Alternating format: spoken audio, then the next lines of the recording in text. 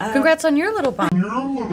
If someone is not pregnant and you're telling them, oh, congrats on your little bump, that's so passive aggressive. Hi everyone, welcome back to my YouTube channel. If you haven't seen me here before, my name is Shirley. I majored in clinical psychology, now working in fashion. I help women become the very best versions of themselves in every aspect of life. I always say every experience is a learning experience. Even if it doesn't happen to you, it is still a vicarious learning experience. Let's address the elephant in the room. I'm sure you guys have seen the controversy around Blake Lively lately. I want to actually use this opportunity to dissect this whole Blake Lively controversy and talk about what we can learn from this series of events as individuals. Now, because of the situation, I feel like I have to give a reminder that before we leave a hate comment to anyone, even if it's a celebrity who puts themselves in the public eye, it is so important for us to remember the fact that because we don't know the celebrities personally, we were not there to actually witness the event. We don't know whether that event actually took place or the true context in which it happened. Let's also remember the fact that the individual that we're discussing and talking about, she is also a human being that makes mistakes. So let's remind ourselves that there are better, more mature and healthier ways to express disappointment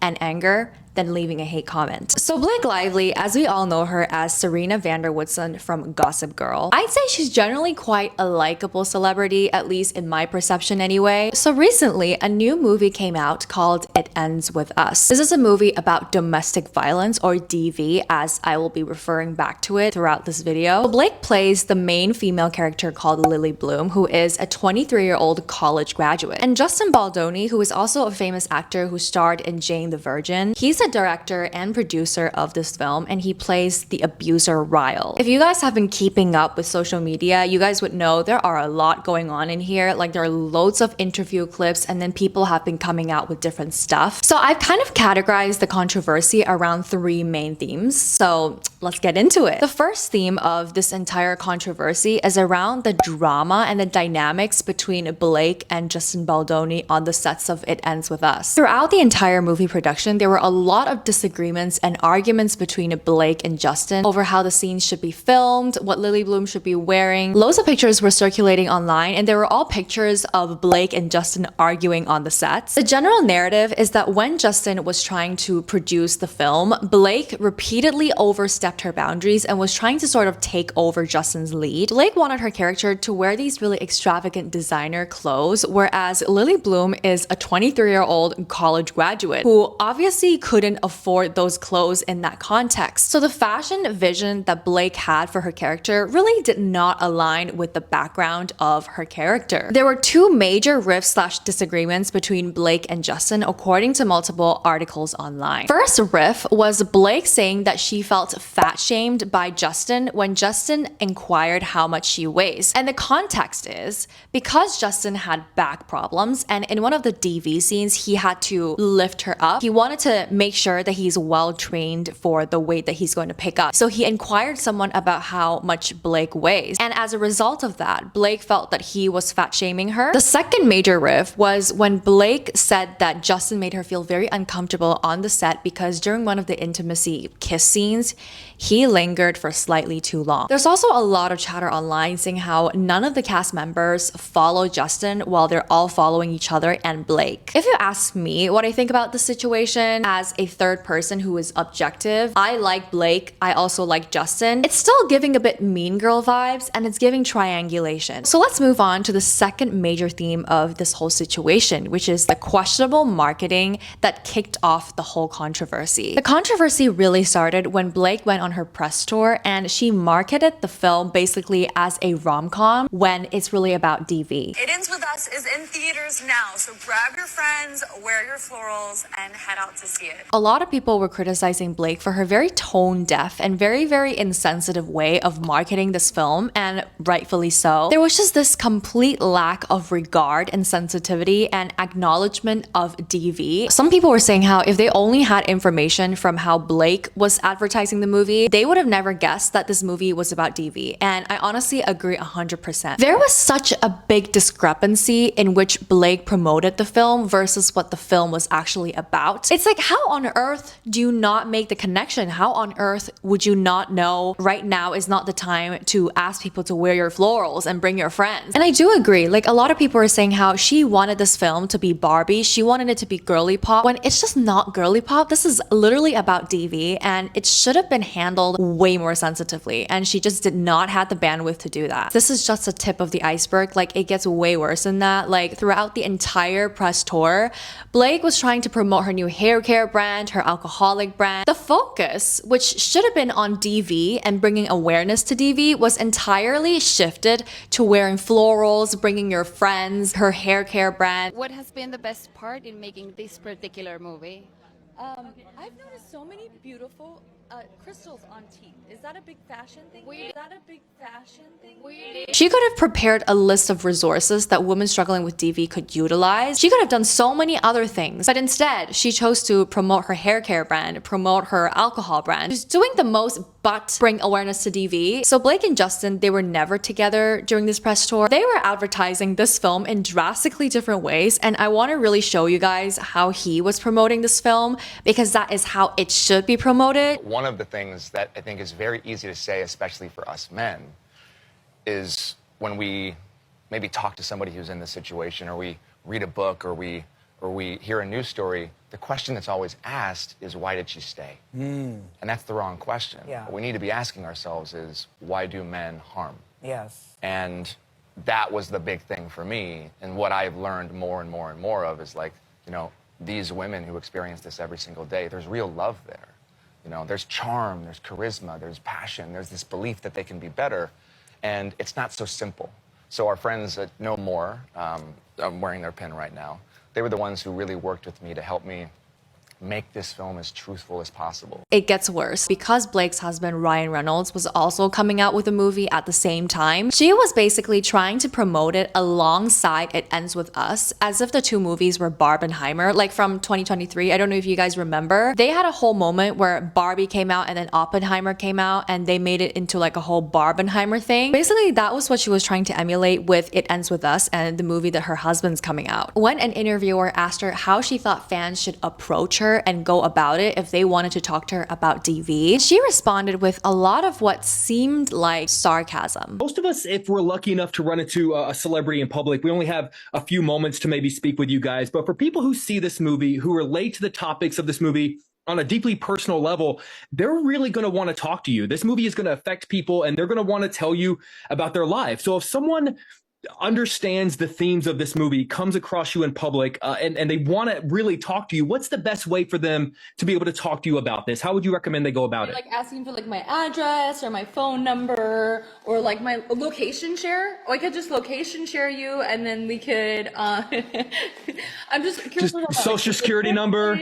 I'm a Virgo, so I'm like, are we talking logistics? Are we talking emotionally? Like, okay, if it was just this one single interview, you could say, and you could argue that it can be interpreted in different ways. You could argue that she was just trying to logistically try to help that woman by saying, okay, do you want me to location share you so I can make sure that you're safe? But right now, it's not just this one single interview. It's all of the previous interview clips that makes this look even worse. And it's making her look even worse. Let's say we give her the benefit of the doubt. Maybe she was actually just trying to help the woman logistically and think logistically. But even when you look at her body image here in this video, like the way that she's sitting down so casually like this and slouching down, like her body language is suggesting to me that she isn't really taking this seriously. So when you're talking about a serious topic like this, like you wouldn't be like slouching and you wouldn't feel so casual about it. If anyone is talking about something serious, when they're talking about a serious topic, naturally their body language, they would sit up, they would try to engage, right? Which was not what her body language was suggesting to me. And when she was actually talking about DV, like her answer just seemed very surface level. So a lot of survivors of generational trauma and domestic abuse are going to see this film. I'm curious, what is the message that you hope that they take away from it?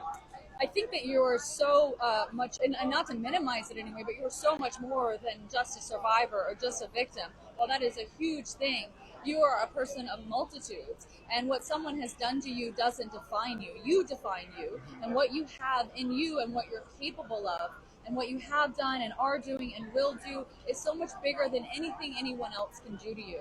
And I think that that is that feels like it like is so empowering and rooting and grounding, and I hope that people see that, because this is a story that covers domestic violence, but it's not about domestic violence, it's about this woman. It seemed like a default answer. It didn't seem like it was coming from her heart. It didn't seem like she was being genuine about it. So I think everybody was already very upset with her at this point, but things got even worse when a journalist called Kirsty Fla posted this very rude interview of Blake Lively and Parker Posey, and she named it on YouTube the interview that made me want to quit my job. At the start of the interview, the interviewer Kirsty gave her a compliment by saying congratulations on your little bump, because Blake, I think, was pregnant at the time. And Blake kind of gave her a backhanded compliment and said, oh, congrats on your little bump. I didn't want to judge because I was like, oh, maybe they know each other and maybe Kirsty was actually pregnant and then Blake was just saying it back, like, oh, congrats on your little bump. But it turns out that she is not pregnant. And if someone is not pregnant and you're telling them, oh, congrats on your little bump, that's so passive aggressive. Like, it's just very rude and it's very disrespectful. Throughout the entire interview, Blake and her co-star, Parker Posey, was just blatantly ignoring the interviewer. They were making her feel very uncomfortable. Like, she was visibly uncomfortable. You could tell that she was being ignored. She was feeling uncomfortable. She didn't quite know what to do. So she kind of just observed them and they were just having a back and forth conversation without including the interviewer. I remember there was this moment in the interview where Kirsty was asking Blake about the clothes that they were wearing in the film, and Blake goes, I wonder if they would ask the men about the clothes. Let's just roll the tapes. First of all, congrats on your little bump. Congrats on your little bump. What about my bump? You've got two nice ones. They are kind of bumps, aren't they? No, not bumps. The lovely lady lumps. Check it out. Thank you. Thank you. Are you you like the gonna- movie? Are you a Woody Allen fan? I love most of his movies, and this one was so like visually amazing. Yeah, it's gorgeous. Did you guys love wearing those kind of clothes that you? Yeah. Yeah. And you know, working in Everyone digital. wants to talk about the clothes, but I wonder if they would ask the men about the clothes. I would. I love Jesse's suits He has some and beautiful. how That's what I'm he saying. His wardrobe was beautiful. I know. Corey's Everybody. wardrobe I was know. gorgeous. He's Those so high-waisted pants. He's so great. I wish men And wore sorry, high-waisted too. pants I like know. that still.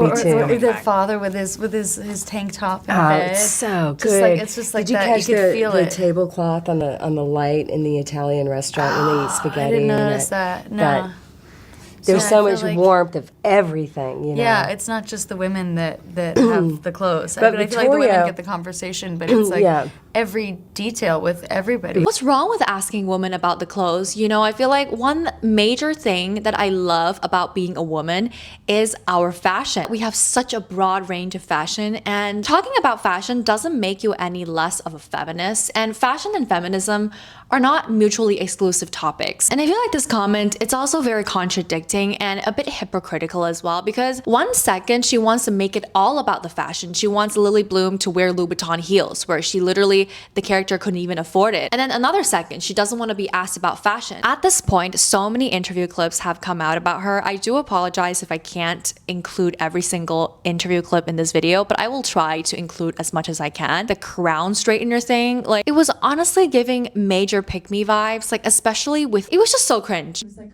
someone on social media is calling you a crown straightener. I said, what's that? She said, a woman who goes around straightening other women's crowns. And I was just like, oh, it was just like the best compliment I've ever been given, because I do identify as that when you think about it, because it's like, it's easier to be self-deprecating. Like when you're a kid, you come out and you're like, I'm fabulous. And then you learn to lean into your insecurities. Let's explore the third major theme of this controversy, which in my opinion is the worst of the worst. So Blake Lively, she owns this alcohol brand and it's called Betty Booze, and she names two of the cocktails, wait for it, Rile You Wait, and it ends with Buzz.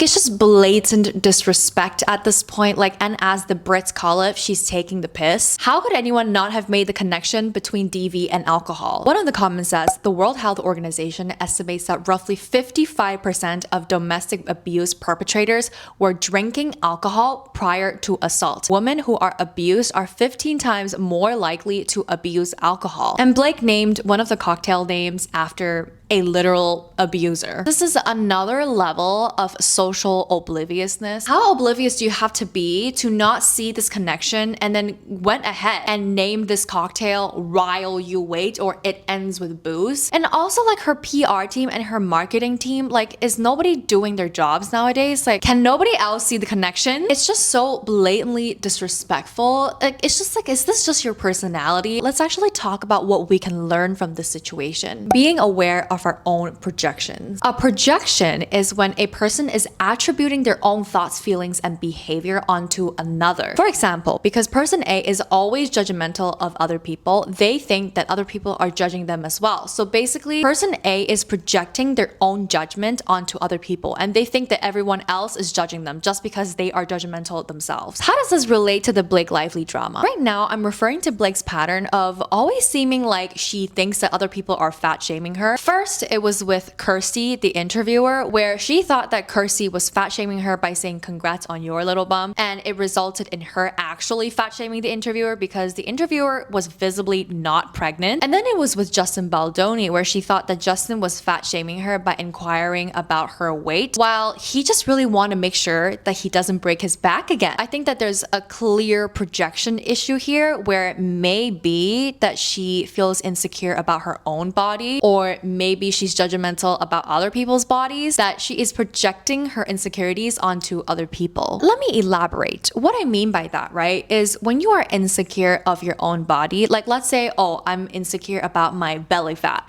Therefore, I'm always looking at people's bellies to compare my own belly with their bellies. I then project my own insecurities on other people by thinking, oh my gosh, everyone is looking at my belly. That is classic projection. All you focus on is your body image, and therefore you think that other people are also only focusing on your body or their bodies. We need to be a lot more self-aware of our own biases, our own insecurities, and what we're projecting onto other people. When you are self-aware on your own projections, it is a lot easier for you to discern whether, okay, is this person actually judging me on my appearance, or do I just think that they are judging me on my appearance because I'm constantly looking at other people? This brings me to the next point, self-awareness. Throughout these interview clips and her behavior throughout this entire controversy, it really seems to me that Blake lacks a lot of self-awareness, and it's almost as if she's not aware of how she's coming across to people, and she struggles to discern between what's appropriate to say and what's not appropriate to say. And I feel like self-awareness and sensitivity, these two attributes come hand in hand. If you don't have self-awareness, you literally won't be able to be sensitive in different situations because you don't know how you're coming across. You don't know how you're being perceived by other people. And therefore, it literally makes it impossible for you to be sensitive in really sensitive situations. Self-awareness, right? It basically taps into almost everything in our psyche. You cannot consciously process something without being conscious of it and aware of it yourself. Self-awareness also taps into empathy, because what empathy basically is the ability to put yourself into another person's perspective, to feel what they are feeling. How would DV survivors think and feel if they saw me responding in such a sarcastic way? How would people perceive me if I'm being so blatantly disrespectful of the situation? She clearly wasn't able to ask herself these questions because she was not able to perceive her own behavior in another person's lens. This is a really good lesson for us, because even if we're not celebrities, there will still be situations in which we have to discuss something very sensitive to other people or have difficult conversations. Before we make a joke or make a comment, it's always good to just run it through our brain first before saying it out loud. What would happen? How would the other person feel if I had actually said it to them? Being self-aware of your own words not only affect yourself, but it also affects the other people around you as well. Taking responsibility. To this day, I don't think that any apology or even acknowledgement was made by Blake. No accountability was taken.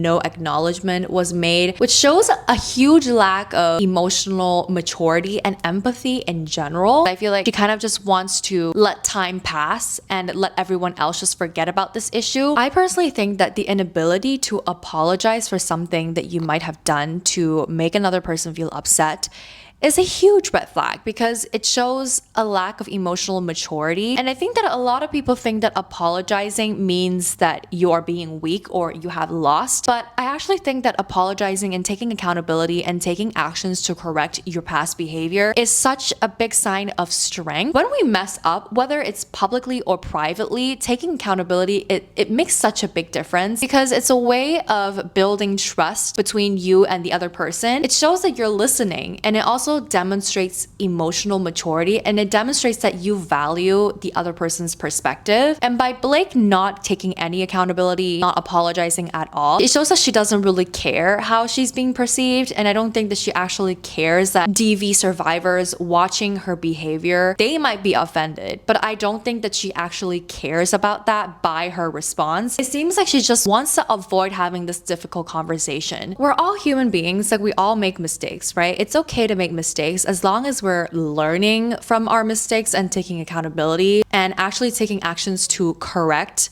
those mistakes. In the end, it's not about being perfect. It's about being mindful, being empathic to other people, being very mindful of the effects of your own behavior and your words on other people. This is such a shame because this was such a missed opportunity to bring awareness and raise awareness about DV and actually help support the women who are struggling with it. But instead, like, I feel like the spotlight was just on Blake and her drama and the whole controversy the whole time. Hopefully we can all learn something from this whole controversy, because I feel like, things like self-awareness, being sensitive to other people, and, being aware of your own projections onto other people, these things, you might think that they are just common sense. You might think that they are such obvious things, but you might be surprised. But yeah, this is it for this week's video. I hope that you have learned something from this video. If you want to see more from me and more content like this, feel free to subscribe to me, leave a comment down below, like this video, and turn on the notification bell. Thank you so much for watching, and I'll see you next time. Bye!